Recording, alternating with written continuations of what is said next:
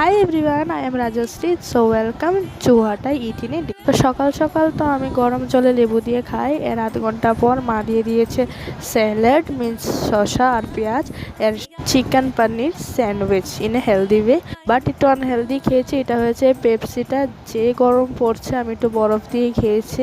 এরপরে ডাইরেক্ট আমি একবারই ভাত খেয়েছি। তো দুপুরবেলা আজকে দিদান বাড়িতে খেয়েছি, আই থিঙ্ক এটা রবিবারের ছিল।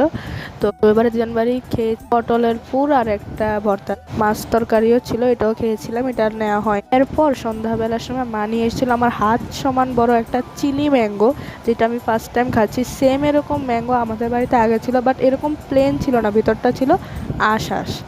বেশ ছিল ম্যাঙ্গোটা, খুবই স্বাদ ছিল। আর দিদন অফিস থেকে ফেরার সময় আমাদের জন্য নিয়ে এসেছিল আইসক্রিম।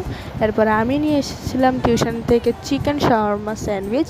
আমি একটা খেয়েছি, গুনগুনকে আরেকটা দিয়েছি। তো দুজন এইভাবেই ভাগ করে খেয়েছি।